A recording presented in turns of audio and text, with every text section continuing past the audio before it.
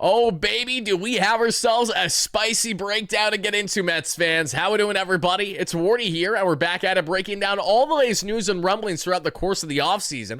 And this October 17th, 2025 edition dropping each and every one of you right here, right now. I told you guys verbatim 72 hours ago on the platform in a live stream format that miss me with the nonsense, which is all the Tarik Skubal rumblings. The soon-to-be back-to-back Cy Young Award winner there for the Detroit Tigers. I would love, but until there's any type of reporting to actually warrant a discussion, there's no need to waste our breath about it. Well, folks, fast forward 72 hours later up until this past night, and a bombshell report has dropped for us to break down right here, right now, because yes, folks, the New York Mets trading for Tarik Skubal just became not only possible, but may very well be a reality for the Mets. Furthermore, this offseason that we're going to break down why exactly that is. So, who's Tarik Skubal, in case you guys have somehow, some way been living under a rock the past couple years, is what we'll break down, along with what it will take to land the stud southpaw for the Detroit Tigers and how monumental of a blockbuster trade this would certainly be for our beloved New York Metropolitans. So hit that like and subscribe button on your way in, and I want to see your initial reactions, thoughts, and analysis in the comments down below. One, your initial reaction to the reporting that we're about to break down, and two, what do you think it'll actually take to land the stud southpaw? I'm going to get down into depth what I believe that is going to be versus maybe players the Mets and us fans do not want to see parted with, but ultimately, what is it going to take to get the best pitcher, arguably, in the game today, everybody? And as always, shout out to our amazing sponsors that make every single show here happen, that being at SeatGeek, that has you covered for all of your ticketing needs, whether it's NHL season, NFL season, NBA season right around the corner, UFC events, as I'll be attending the next big card this November at Madison Square Garden, all thanks to my great friends at SeatGeek. And all you guys need is my promo code WARDY10, that way you too get 10% off whatever you want in the ticketing space. Link down below to SeatGeek. Thank you guys for checking them out, as well as heading over to mantasleep.com and utilizing my promo code WARDY, W-A-R-D-Y, because you're going to get 10% off the best sleep masks in the game today. But folks, let's waste no more time. I got to get right into this one. If you couldn't tell by now, I'm really giddy to get into today's conversation, because if there's one player that fits the exact mold of what this New York Mets team needs heading into 2026 and beyond, it starts and stops right here with Tarik Skubal. Say what you will about the Joe Ryans, about the Pablo Lopez's, the Sandy Alcantara's, the Edward Cabrera's, to a lesser degree, the Mitch Keller's, to, a higher degree, but obviously it's going to be more costly in the free agent market, the Framber Valdez's, etc., the Dylan Cease's. All these guys are good, but none of them are Tarik Skubal. None of them bring the upside of Tarik Skubal, and none of them are going to be as utterly dominant as Tarik Skubal will inevitably be for whatever team he's playing for in 2026. But folks, for the first time this offseason, we can comfortably say that team may very well now not be the Detroit Tigers, because as you guys can see from this reporting initially of John Heyman of the New York Post, and it's notable that's coming from Heyman of the Post, because Skubal, who's rep by, yes, you guessed it, Scott Boras, who does John Heyman go out of his way to relay information for every single year in the media? It is, yes, Scott Boras. They're like two peas in a pod. There's no denying that whatsoever. And here's what we know about Tarik Skubal in this report. To sign superstar pitcher Tarik Skubal, Tigers would have to close what's likely the biggest gap in MLB negotiation history. And of course, trading a superb player going into free agent year isn't a great option. And to get further into this reporting, the line is as follows. The Detroit Tigers and Tarik Skubal are over $250 million apart in contract negotiations. Why is this so significant for the New York Mets, you may wonder? Well, let me enlighten you. One, who has an owner that's far more willing to spend the dollars, even at a loss, than any other owner in baseball? That's the Mets, and that's Steve Cohen. Okay. What is a team that's in dire need of an ace caliber starter to pair with Noah McLean that they can control long-term by adding with the final year of their contract that they can then comfortably invest even north of $400 million? It is Steve Cohen and the New York Mets. If you think David Stearns and Steve Cohen were so willing to throw the exact same contract that Yamamoto ultimately pivoted and then had the Dodgers sign for him at $325 million before he towed the rubber at the major league level, what makes you think that Steve Cohen and David Stearns wouldn't have a similar, if not greater, appetite for the dominant Tarik Skubal, who has quite literally been the best pitcher in baseball outside of a Yamamoto and outside of a Garrett Crochet? say who the Mets heavily targeted an offseason ago. You'd be fooling yourself to suggest anything otherwise. And there are so many factors that benefit the Mets that have them primely positioned to land Skubal greater than any other team in baseball right now. And I don't even say that biasly, I say that confidently, because they finally have all the pieces to the puzzle to make it happen at minimum. And to expand more as to how greatly positioned the New York Mets are, let's hear from the guys at Baseball Night in New York from SNY this past night, because they continue to reaffirm my exact sentiment. Listen up, everybody. The baseline asked for Skubal, according to Heyman's report, $400 million. Yeah. Trade him to the Mets. Here we go. Sal, relax. When it comes to being over the top and overreactionary about the Mets and potential moves, that's for me to do, my guy. I'll have jokes to say. Dave, it's possible now Skubal will be on the market. Yeah, I think, first of all, you have to trade for him because he's not a free agent until next year. So Mets fans have to settle down a little bit. They can't just throw money at him and get it done. So that's not to say they can't trade for him. They should be able to come up with the players to do that if they wanted. He's clearly going to be on the market now. I think this kind of monetary gap. Initially, I thought maybe the Tigers would hold on to him to try to run it back. That, they were getting closer and closer to getting deeper in October here. But if the money is this far apart, at this point, you're just going to throw up your hands and say, listen, we're going to move him and get whatever we can for him at this point. I agree. This surfacing in a media report tells you that, oh, I guess this guy's going to be on the trade block. And I will tell you definitively, if teams are talking to the Tigers about trading for Tarik Skubal, the Mets will be one of those teams, and the Mets will be aggressive. I would bet, I haven't had time to make calls on this. This story just came out, but just based on my general coverage of this team and the fact that they know they need an ace, it wouldn't surprise me if they would trade anyone but Nolan McLean. I don't think they would trade a Nolan McLean for a Tarik Skubal with all the career that he could have ahead of them. But anybody else, to get Tarik Skubal for 1 year and then have the chance to sign him, the Mets would be in on that, I think. So this Heyman story is a significant development for maybe Skubal being on the radar of the Mets. And it makes so much sense for the Mets because they're like the perfect incumbent here. If you land Skubal now, you're in a win-now window every year with Juan Soto. You go for it with Tarik Skubal, and you're the perfect incumbent because money's no object. If he comes here, he's re-signing here. Steve Cohen's not letting him walk after that 1 year. So the Mets are in a perfect situation. If they want to go get the guy, you could have him for the next 11 years, and he could retire as a Met. This is an exciting day.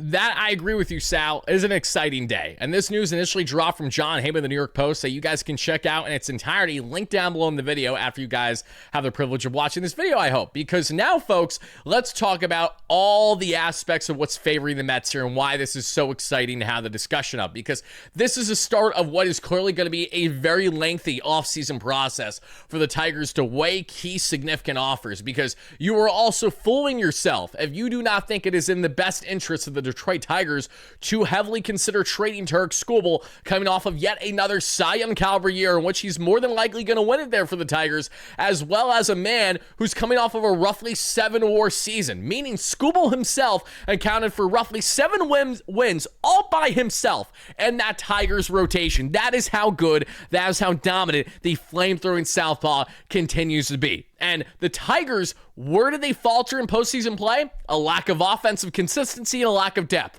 How can the Mets immediately help them in that regard? When you look at the abundance of infield options that they're obviously going to trade some pieces away, the Mark Vientos, the Brett Beatty, the Ronnie Mauricio, the Luis Angel Acuñas of the world. Then you look at the guys on the farm, even Jet Williams, because yes, folks, Tarik Skubal's that good that you don't even second guess the idea of trading Jet Williams. There are only 2 players right now on the Mets farm that you have to be very hesitant about parting with. One is Nolan McLean, because he's your ace, and it really does not make all that much sense to trade for Skubal to part ways with an ace caliber starter you already have. You want to pair him with him, not to have them separate, the way that I felt my Steelers initially did that entering the NFL season when we traded for DK Metcalf, but that's because we traded George Pickens to the Cowboys. That's a tangent for another day. The point here is that the New York Mets are primely positioned in more ways than one with the farm, and outside of Nolan McLean and their top outfield prospect and Carson Bench, everyone else is for the taking and for great reason, because this is what the Mets have been wanting to build themselves up for.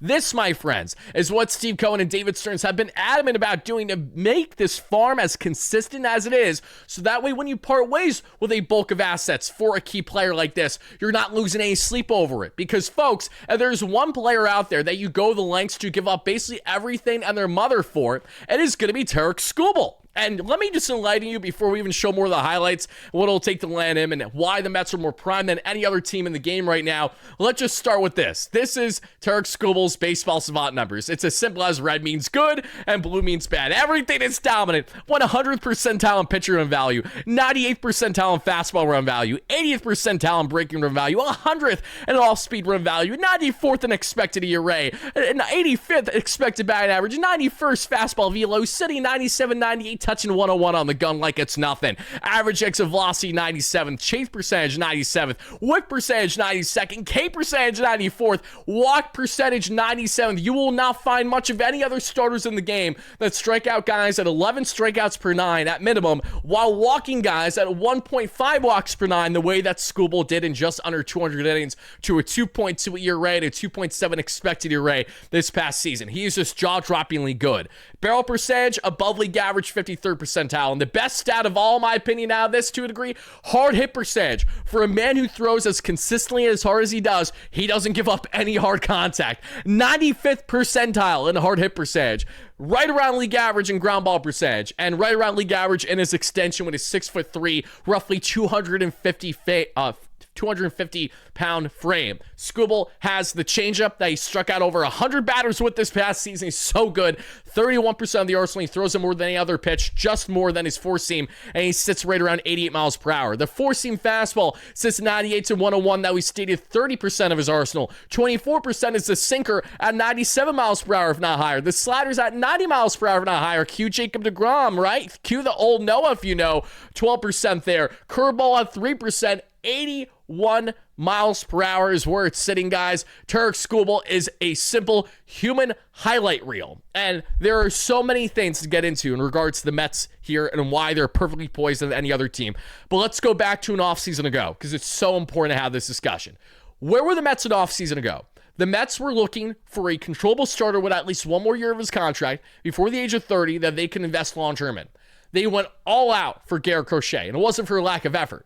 The reason why the Mets did not land Garrett Crochet, it wasn't as simple as, they didn't want to trade the Jonathans, the Brandon Sproats, and the McLeans of the world, as it was more about they didn't have the best farm in baseball. You want to know who had the best farm in baseball per MLB pipeline at the time of the Garrett Crochet trade happening last offseason from the White Sox to Boston? Yes, it was those Boston Red Sox. And the Red Sox had more pieces of the puzzle that were fitting more team need for the White Sox at the time, at least in their eyes, than what the Mets had to say offer in their own respective trades. So to anyone that thinks that David Stearns and Steve Cohen had a lack of effort in Crochet last year, you're fooling yourself. They love Crochet. They would have loved to have him, as would we have, because Crochet then gets dealt to the other Sox, this time the Red Sox. He signs a long-term extension with them on a gorgeous AAV. I love that contract for both sides, especially Boston. And Skubal's out here asking for a bag, because he's not just at a $250 million gap between himself and the Tigers. He's asking for $400 million like a Scott Boras client would. And who is the one man and the one team that can comfortably do that, even more comfortable than the Dodgers? It is the New York Mets and Steve Cohen. It's Steve Cohen who threw 325 at a guy like Yamamoto without a problem. Apologies if you hear barking in the background. Some schmuck just had to ring my doorbell right here, right now, and sadly that just had to happen. But otherwise, we're cool. We're going to continue on. The point is, Tarik Skubal asking for $400 million, right? Okay, understood. The Mets gave the largest contract in North American sports history to Juan Soto. They threw 325 plus at Yamamoto before he even hit the major league level. What makes you think that Skubal isn't exactly the kind of prime position pitcher who is a left-hand pitcher, not a KHP that I had mistakenly in the graphic? I was so excited getting the stat graphic set up that I put a K instead of L right down there. So I apologize about that, everybody, but I might as well call myself out for it. I guess I'm just so used to the K rate being absurd with Skubal with 241 total strikeouts this past season that I gotta talk about it. But here's the thing. There was justified reasons as to why the Red Sox landed and bested any other team for Crochet an offseason ago. Crochet and Skubal are two peas in the pod. Potato. Two very similar pitchers, two dominant flame-throwing southpaws who we saw Skubal now over the past 2 seasons give just under 200 innings in each of the past 2 years. The man is just getting his career started when it comes to pure dominance that we are seeing right now, and he is exactly the fit that Garrett Crochet was a year ago. What has changed over the past year for the Mets farm? It has been the best singular year from Port St. Lucie to AAA Syracuse I've ever witnessed as a Mets fan. We saw the Brooklyn A Cyclones and the AA Rumble Ponies win championships in their respective leagues. And we saw a huge crop of pitchers continue to blossom to the point that the Mets are graded as the #1 farm in baseball. Yes, you heard this correctly. #1 in baseball when looking at pitching talent. So outside of Noah McLean's dominance, outside of the high upside that you can get in a Jonathan and a Brandon Sproat and a Christian Scott who will be returning from reconstructed Tommy John surgery, it doesn't just stop there. You look at the Will Watsons who blossomed tremendously in low A to high A this year. You look at the Zach Thorntons pre-injury southpaw option looking great there in the minor leagues. You look at the Jack Wenigers and the great playoff run that he had for the Rumble Ponies and was dominant all year long, the right hand. You look at the RJ Gordons, you look at the Jonathan Santucci's, the list goes on and on. The Mets have simply an abundance of great, exciting young pitching talent that they can part with while still having more guys developing and on the rise in the next couple of years because they're doing great with their drafting and their player development. The Mets are more poised than ever before to pull off a trade like this for Tarik Skubal. So when we talk about who are the two sole guys out of this entire farm that you naturally do not want to part with as a Mets fan, it's Carson Bench and Noel McLean. Even though McLean really isn't a prospect anymore. Jet Williams, I love Jet to death, but Jet could be a pivotal piece of the puzzle in a blockbuster trade like this. And should that be the case, I wish Jet all the best in Detroit, but you're not losing sleep over it because Jet Williams at his best, it's still never going to be Tarik Skubal at his best. Tarik Skubal is 6.6 WAR player this past year, guys. Roughly 7 WAR for a starter. Do you guys not understand how difficult that is? It is jaw-dropping. Skubal's doing Jacob deGrom type things while doing something that deGrom himself really hasn't done all that much, and that's provide innings. Okay? Skubal's going deep into games. He's dominating batters. His changeup is just unhittable, simply. His four-seam is very close to unhittable. And you have a man that's just getting his peak prime of his career started. Injuries aside, because we know TJ's inevitable with so many guys, especially guys that pump gas like this. If he's looking for the long-term bag, $400 million over north of a decade, the New York Mets are more prime than ever to do it. And when you look at the options out there, there is no starter that checks off more boxes for this team than Tarik Skubal. So as the Detroit Tigers are now in a corner as a team that's pressured to start taking offers because there is no team that's going to look more idiotic than the Tigers to allow this man to walk when you have the largest contractual gap in negotiations, an MLB contractual negotiation history, mind you, at $250+ million. How idiotic would Detroit be to hold on to him all offseason, not even trade him at the deadline, and then lose him for a draft pick next offseason when you throw the qualifying offer at him and he inevitably signs elsewhere?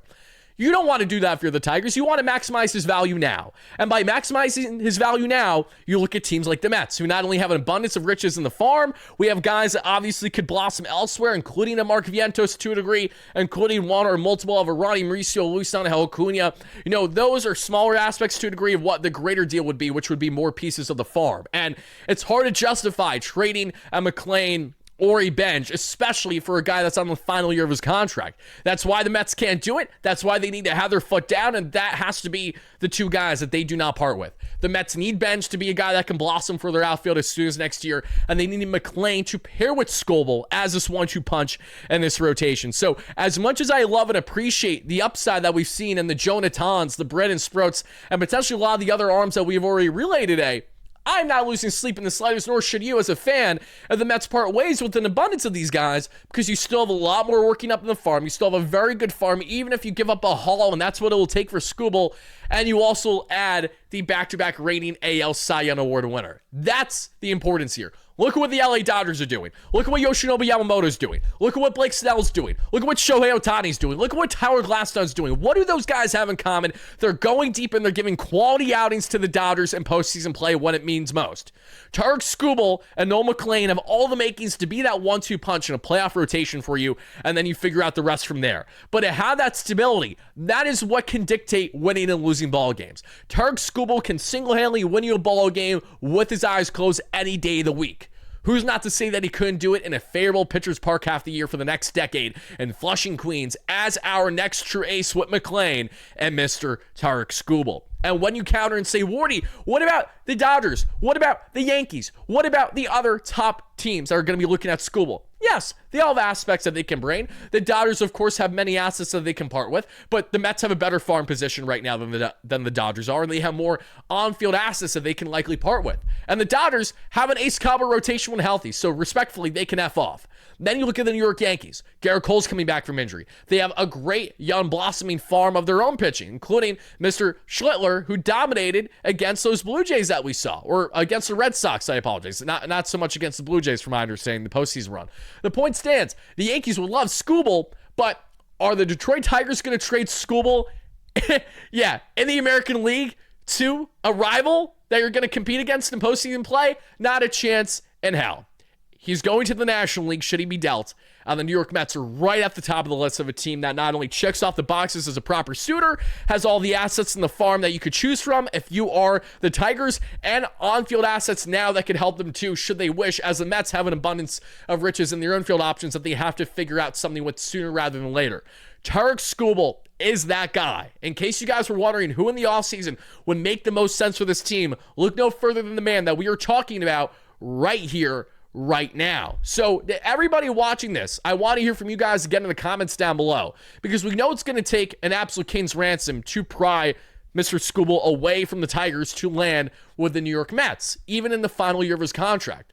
We also know that the Mets are so poised and are better prime position than anyone else that this is something that could really benefit them. There was a world where they could pull off a trade here where you might be saying to yourself, oh my God, we didn't part ways with so-and-so because of how deep the farm actually is. That's the point. The Mets can handle losing 5, 6 assets without losing sleep over it because of what they're going to continue out properly developing in the farm, what they're going to continue to do great in their drafting, and everywhere else in between. They are in such a great position versus a lot of the other teams in baseball right now that if the Mets do not land a Skubal, they're not going to land anyone close to him this offseason. Skubal's in a class of his own. He's on his own little island, and everyone else, all the other mid and solid pitchers are on this island. You got one island of the free agent schmucks who are going to look for an overpay that aren't probably going to be worth it after the first 2 years. Then you look at the trade options that are more, BC level, and then you look at Tarik Skubal, who's on this one little island by himself, and it's an S-tier island because he's elite, and there's no one greater than him. He stands alone, okay?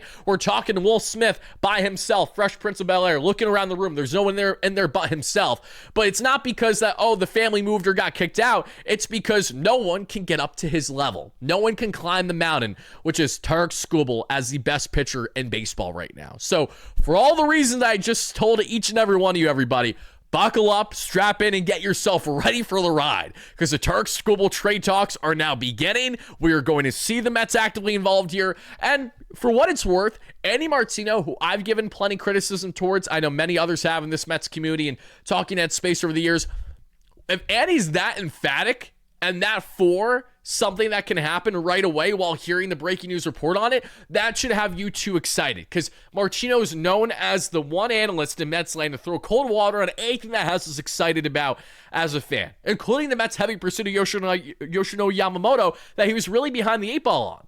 The point stands. He knows it. I know it. You know it. This is the man for the New York Mets. And if you are losing sleep over giving up the farm, give me a break. I will not be losing sleep, having an ace, hopefully here to dominate north of 200 innings for the next number of years and help get this Mets team over the hump, which is not only postseason play, but to at minimum get back to the NLCS Game 6, potentially against those Dodgers again, because who's going to be the Dodgers at this rate? I'm fully anticipating them to win back-to-back championships, as unfortunate as that sounds, unless one of the Mariners or Blue Jays can do something about that. The Brewers are cooked. We all know that. So that goes without saying. But Mets fans, let me know all your thoughts in the comments down below. I want to hear from you guys on your biggest takeaway with Tarik Skubal being made available now. Over $250 million gap. $400+ million is what Skubal wants. Yeah, I'm going to go on a limb and say Buddy's going to get dealt here. So should that be the case, get yourself ready. The Mets are going to be involved there. Whatever your thoughts are, drop them down below. Thank you guys so much again for watching. I greatly appreciate it. And make sure that you guys are on the lookout for more continued coverage covering the Mets here every single day here on the WardyNYM platform. Until next time, folks, this is your guy Wardy signing out. Let's go Mets, baby. Peace out, folks.